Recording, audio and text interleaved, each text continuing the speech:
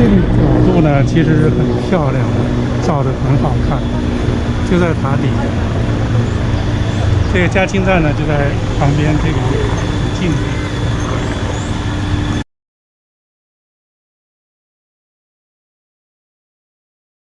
我85年来的日本，85年2月，在国内已经是大学77年77级大学生，然后又考了研究生。我们班只考了2个人，研究生毕业，很快呢就来到这边了。那时候为什么想来日本？其实也没有说是特别想，当然，就从小呢也知道这个，接触过一些日本的这个，高科技，有2个事情我记得很清楚，一个呢是在78年，在西安呢搞了一个叫工业博览会。当时呢，我母亲呢是那个大兵工厂的技术科的，他们去看那个展览呢，就把我带去看去了。那么当时日本呢只展了一件东西，什么东西呢？它是一个不到1毫米的一个管儿，一个大概我记得这么长，就是像一个针一样，但是它是一个管儿。那么当时它这个管儿呢，让大家非常吃惊的是什么呢？从这一个管儿里边再夹出一个管儿里，这个管儿里边再夹出一个管儿来，一共夹出6层来。就这么一个小东西啊，在西安，那时候我68年，我68年12岁。那么当时就这么一个小东西，就把整个一个上万人的兵工厂就震了。为什么呢？当时兵工厂是我们国家应该是最先进的设备，最好的基础，但是我妈妈技术科的，她说我们做不出来，这是一件事。那么还有一件事呢，是大学毕业，77年上大学，应该是81年，到那个现场去做调研，到什么地方呢？到沈阳电务段。那个我们是学通信专业的，那么通信段呢，通信机房呢归电务段管。到了那个电务段里边的话呢，看到一个东西，什么东西呢？这么大的一个马达，干什么呢？就是我们是学通信的，我们那个就是要打电话，打电话呢，这个一听忙音的时候呢，嘟嘟嘟的声音。那这个嘟嘟嘟的声音是怎么产生的呢？实际上它就是一个轴在转，这个轴呢1/4由铜皮，1/4铜皮，这儿没什么东西都没有，转到那个接住的地方就嘟，没有铜皮的地方就没声了。那这个东西呢，它就是嘟嘟嘟的这个信号发生器呢，就是一台马达。这个马达呢是这么大个，日本军留下来的，运转了60年，手摸上去不热。我们呢想用2台这么大的大马达，想把它换下来，交替的换不下来。我研究生毕业以后要留校，当时研究生部说呢，你是毕业以后才走，我们管不了。那么到师资科去问，师资科说你还没有报到，我们也管不了。那学校就没办法，我就去找校长，张校长说，那个他们管不了，校办出个文。校长办公室呢就给我出了一份让我出国留学的函。第2天，铁道部一个专门管护照签证的人给我打电话，他说你护照已经办下来了，明天给你去办签证。也就是说1个礼拜出国手续就办好了，稀里糊涂就来了日本。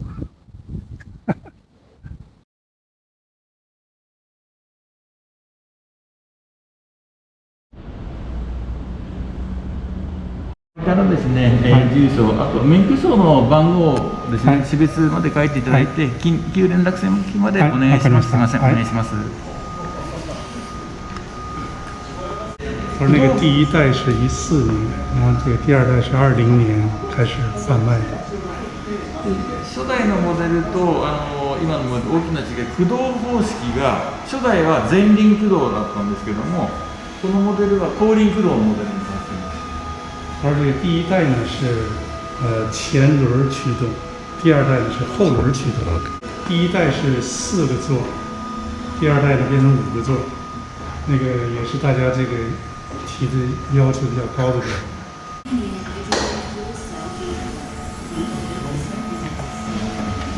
こちらがちょうどここに燃料電池システムが設置されていますね。这是燃料电池。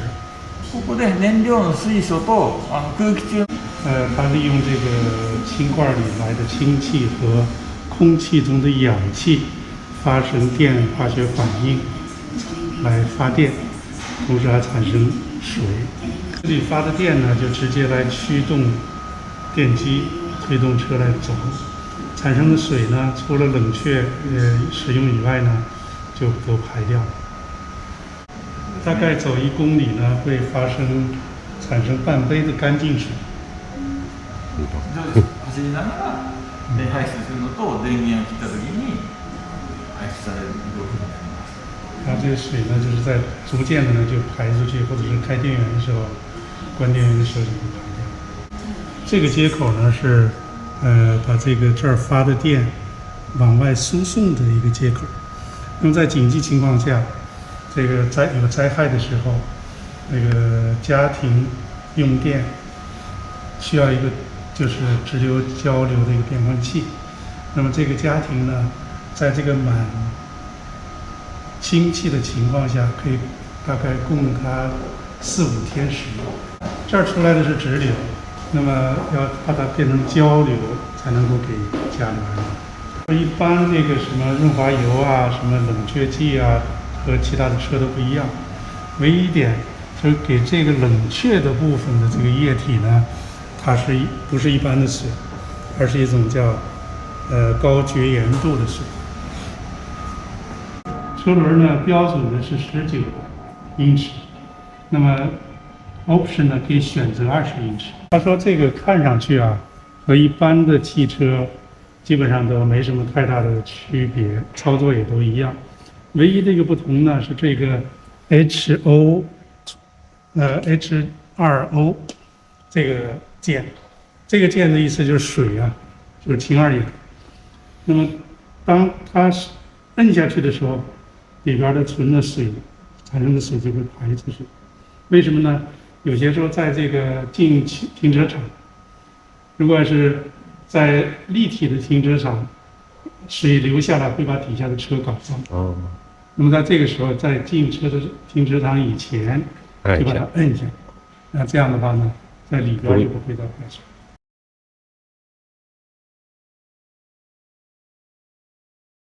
记得很清楚啊，因为当时的情况，中国和日本的反差还很大。不像现在，日本有的东西中国都有了。当时呢，日本有的东西中国几乎都没有。那我们来了以后，看见什么都是很新鲜，什么东西都是新的东西，连名字都不知道。首先呢，就是超市了。像我们国内当时买东西是怎么买？那我们那个小时候都知道。那来了这儿以后一看，好家伙，进去以后什么都可以随便拿，什么都可以随便往筐子里边一装，然后去交钱就完了。还有那个就是便利店，24小时开，里边的那些小东西啊，别说没吃过，见都没见过。我记得有一个留学生呢，他就是每天买一种新的东西吃，说吃了1年了还没吃完，还有没吃过的没吃一遍啊，还没吃一遍。那个当时反正是感觉好像完全就是到了另外一个世界。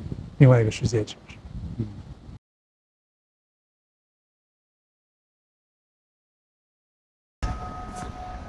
他说这个氢罐呢，一共有3个，第一代呢是2个，那么有一个呢在那个位置，还有一个位置在这个地方，还有一个短一点的就在这个底下，这是它的那个位置图。这个後ろのシートの第一个、下ですね。第二个，で、这トラ儿后边ンクの下ですね。是这么排的，还有一个，で、ここの部分がタイヤを回すモーターが入ってます。这是那个タイ电动机ヤを回すモーターですね。一开始的时候呢，它是用这个电池来启动，启动起来以后的话呢，就用来发的电来驱动。当需要大马力的时候，要上大坡的时候，发电和电池一块儿供电。然后这个在这个发电的过程中有用不了的部分，它可以拿去充電。氢气从这儿进去。で、ここの白い部分が赤外線通信のアンテナになってます。它这块这个灰颜色的这个部分呢，是红外线通信装置，也就是说它里边的这个信息和这个加氢头上的同样也是一个信息要进行通信，进行数据交换。现在第一代可以跑500公里，那么第二代呢，它可以再跑850公里，大概3分間です。まあ3分から5分ですね。大概在3分钟到5分钟充气就可以充满。そこですね。ここがコンセントですね。蓋を開けてあげるとコンセントの交流。あと室内は那也有一个插口，可以直接取交流电。コンセントと USB の还有 USB 的接口。呢，它是手摇发电，然后呢接到这儿呢是燃料电池呢，产生的氢气和氧气，然后这是个等于粗电池，然后氢气氧气呢，这个氢气呢再拿到这里边来，这是燃料电池，这不是 F 系嘛，燃料电池，然后它发了电呢，再驱动这个，就是未来车了，就是一个电机来转动。就给小孩讲解这个车的原理。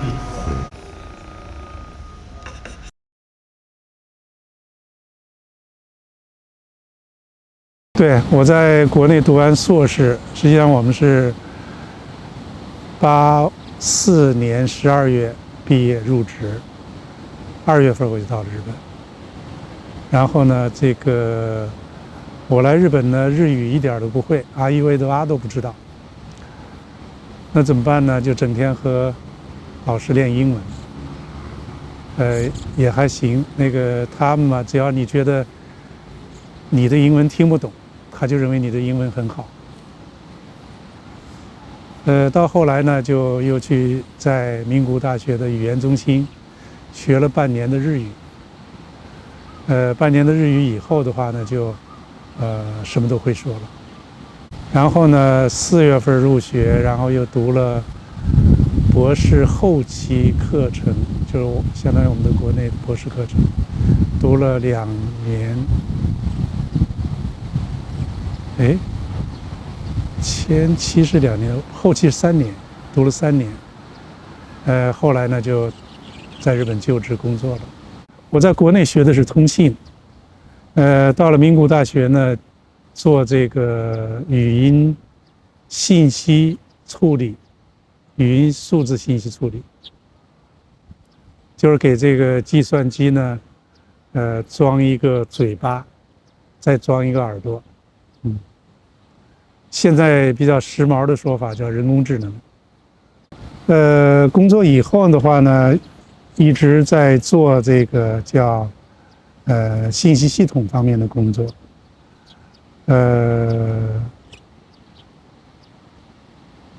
也还比较顺利，一直呢这个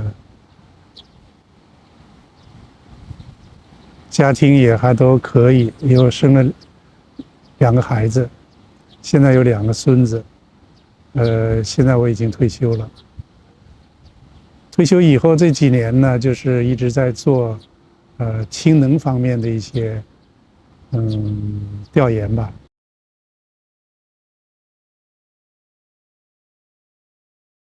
那个他大概说的意思呢，就说是这儿呢现在有一个就说是雷达准备好了，radar radio， 就是说这个可以自动行走已经准备好了。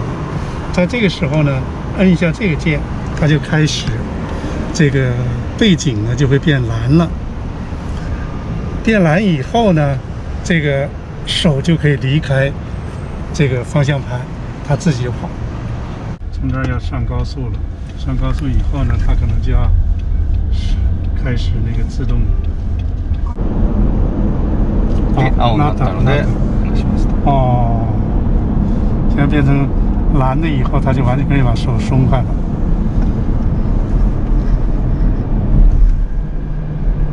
で、ここのプラスマイナスで调速度的，速度を速度はい调高点还调低点。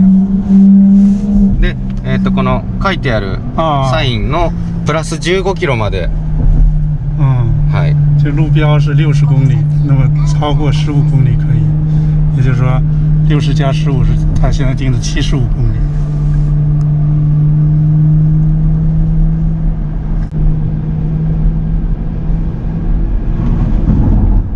で、このモニターで目と輪郭、顔の輪郭を見てますんで、例えばよそ見してたりするとピーピーピーって注意してくれる。它这儿有那个摄像头在监视着它。OK。如果它要是往外边看的时间太长了，就会发出警报。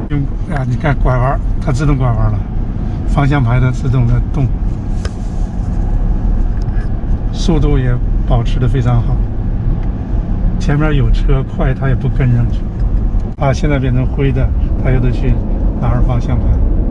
这个车呢，把丰田的所有的最新最高技术全都装进去。90キロぐらいですかね。はい。でも今ブルーなので、松开了。他要过来，不用管。没事，它自动好像就减下来了，自动它就减速了。我可以睡觉了，喝茶了。我家でも飲もうかな。ビール飲んじゃいけないね。ビールはまだ飲めないですね。いや、完全に自動になったらビールでも飲めることになるかな。そうですね。多分大丈夫になると思いますよ。完全自动以后，是不是就可以喝啤酒了？哎呀，这太舒服了，这根本不用去动它了，这也不用踩，也不用去踩这个还是踩那个了。现在它完全就跟着它前面走了，它变慢，它就自动就变慢了。现在设的是90公里，但前面呢只有80公里，它就跟着它老老实实80公里在走。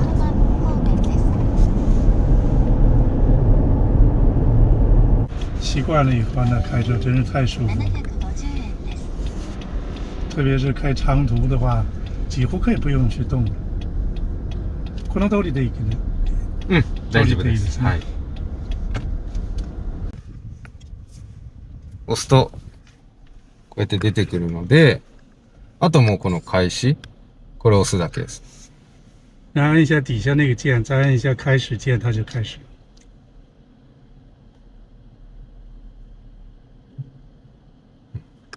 で、開始ですね。开始的按钮。で、あとはもうブレーキ離すだけです。它自动在搞。交代します。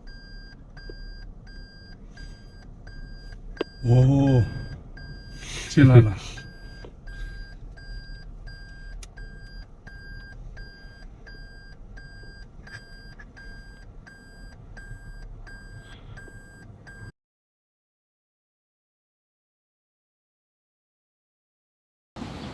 氢能这个东西呢，是一个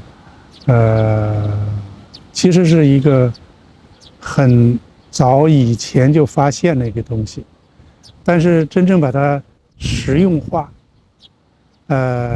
这个叫产业化，还是这几年的事儿。日本呢，在这方面呢，民用化方面走在了全世界的前面。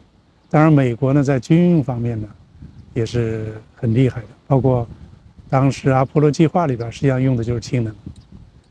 氢能它这个不光是可以发电，同时呢，它还可以产生大量的热量，还可以产生大量纯净的水。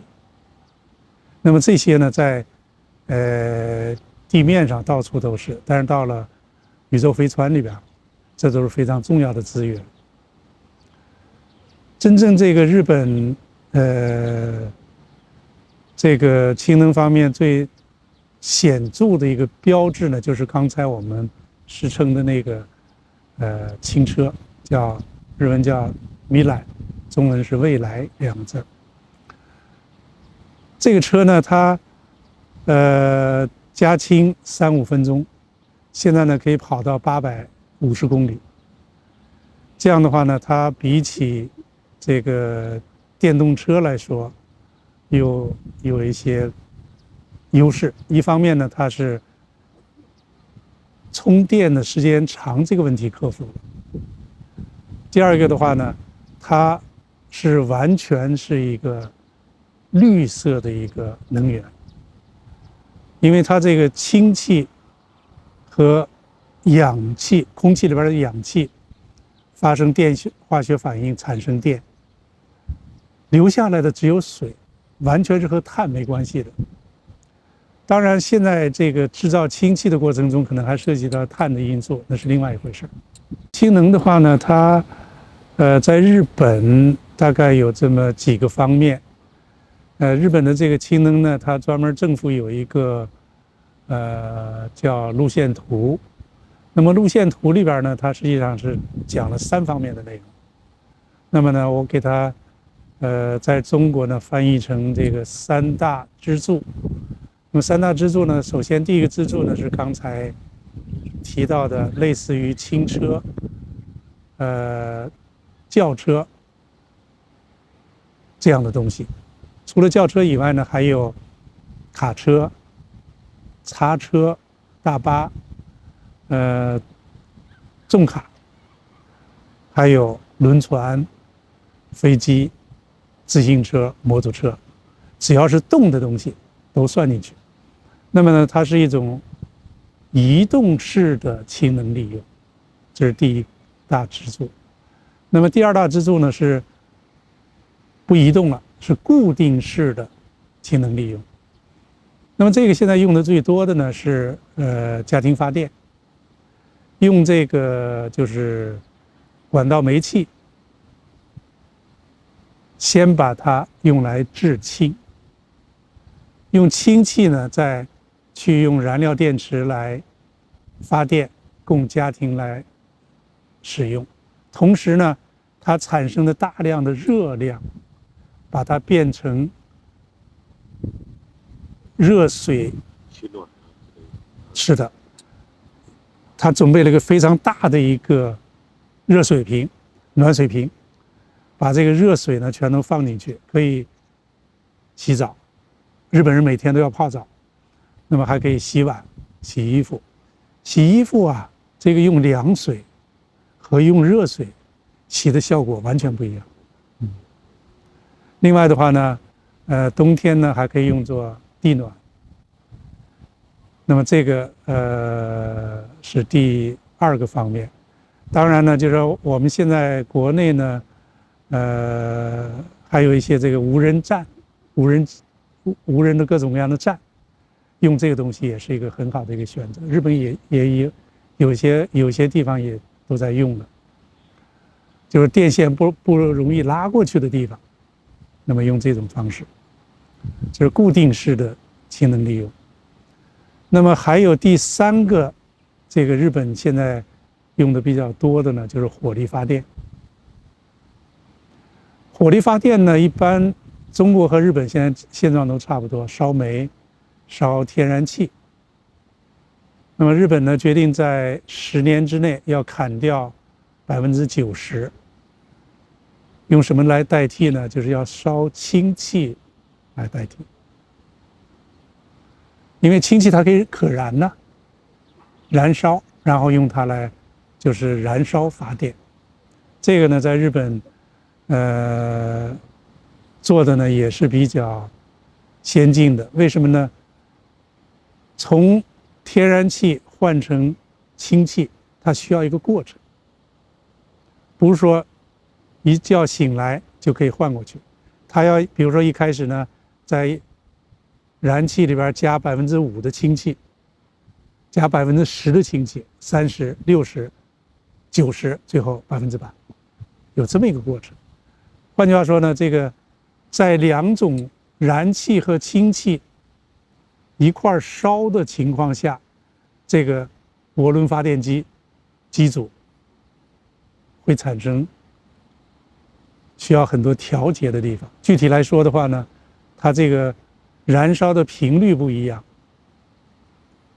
燃烧的这个方式也不一样，那么里边就要做很多调整。那么在这方面呢，日本也是走在前面的。现在多少的燃烧的这个怎么去挑什么地方，全都搞清楚。而且呢，日本呢现在还是涉及到就是刚才说氢能的另外一个侧面，也就是说，需要大量的氢的时候，日本是没有这个资源的。那么现在呢，日本呢和国外签了2个合同，一个是澳大利亚，一个是文莱，把当地产的氢运过来，在日本使用。这是第3个方面。实际上，除了这个国家的这个线路图里边的3大支柱以外呢，还有2个方面，日本也很厉害。一个呢是在这个炼钢，大家知道炼钢呢要加碳进去，才能把铁还原出来。在日本的话呢，不加碳，加氢气进去，同样可以起到还原的作用，而且比加碳的效果更好，因为它没有杂质，炼出来的钢的质量更好。最后一个方面呢，是有关我们人体的这个人身健康方面的。我们都知道，这个氧化呢，实际上是衰老的最大的原因。我们都知道氧化还原反应，氢气的作用就是还原，所以说它不是抗老化，而是逆老化，可以使人返老还童。这个呢，在日本，也是非常厉害。中国现在也有了，去吸氢气的，这个喝清水的，已经很多了。这个有钱人都在喝了，但是血液里边注射氢气的点滴，中国还没有，日本已经有了。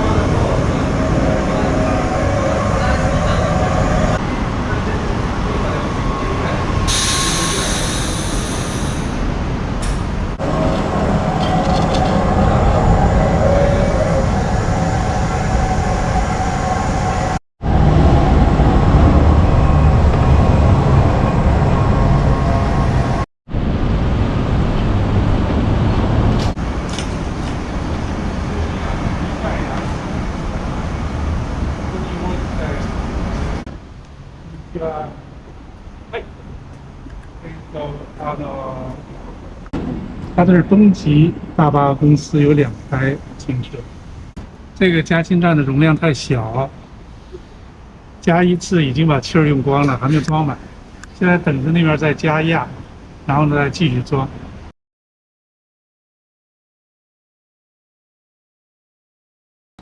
一般这个去温泉的话呢，日本讲究呢，就是用五感来泡温泉。五感，首先的话呢是触觉，要泡进去嘛，感觉。那么另外的话呢，眼睛看。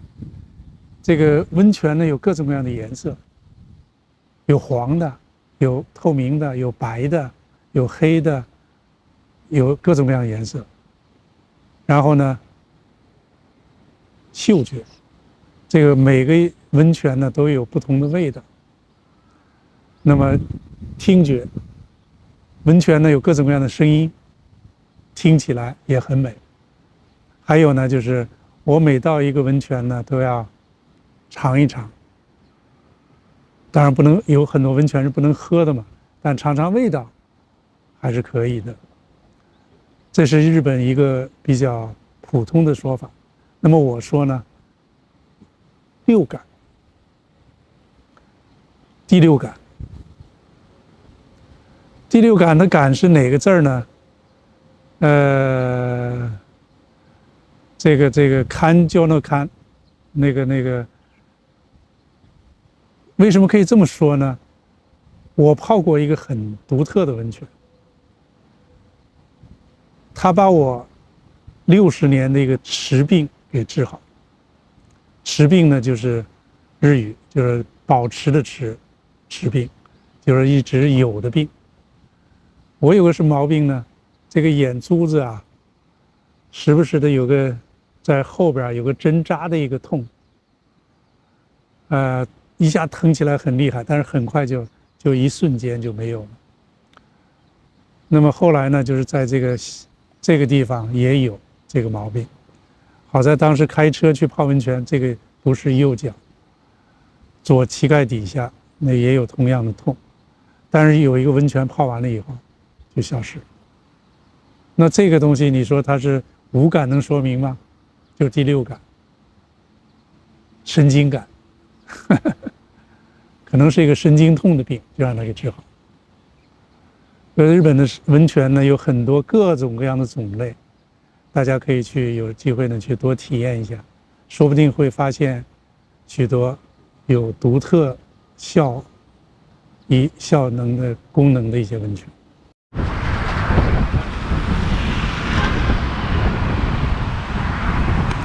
这边比较小的就可以进，这边是正门，就绕远了。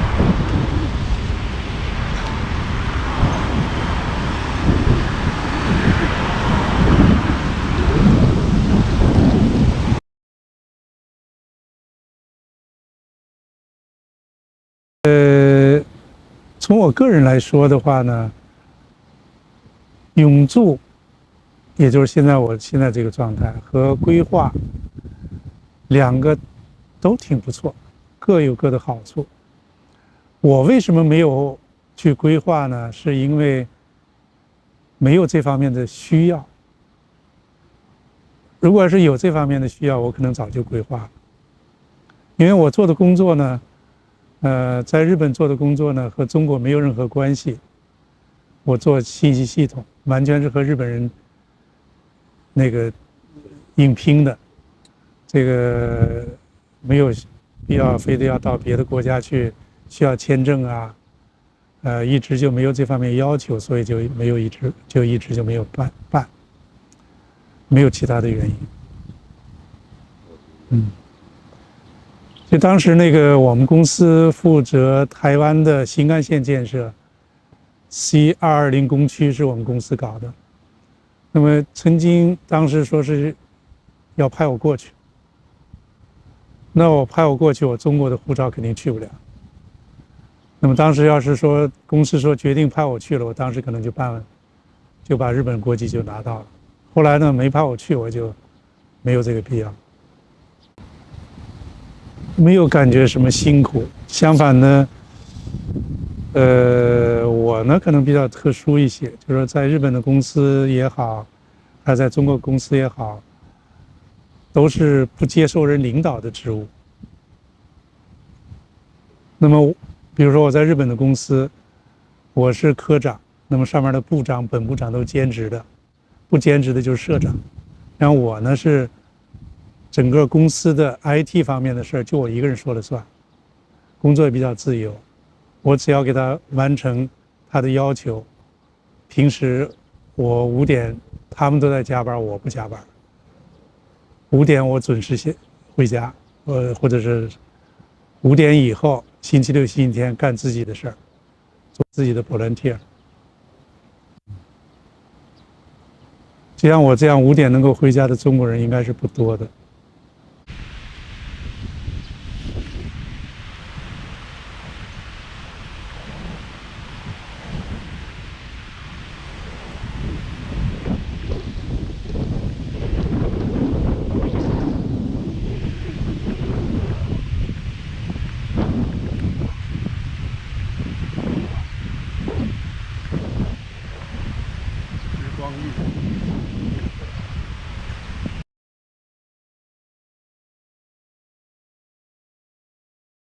每个人呢有各种各样的不同的感受。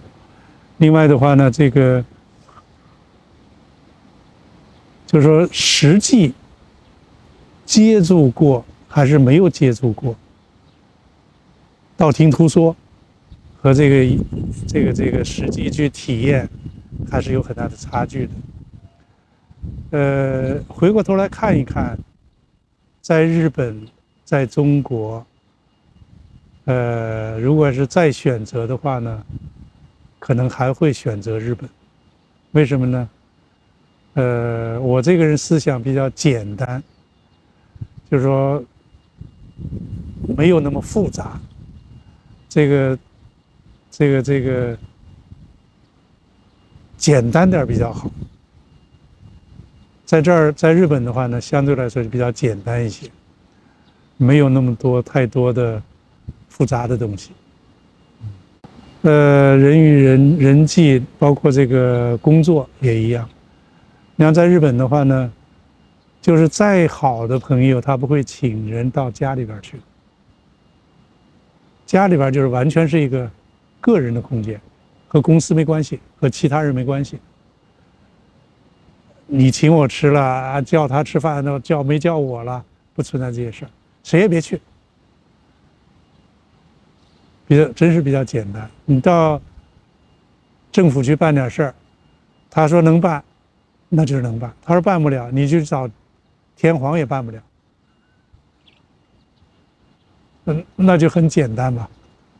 你看，在国内我们这读书人、书呆子，去搞那个各种各样的关系，觉得很累啊，那个搞不过来。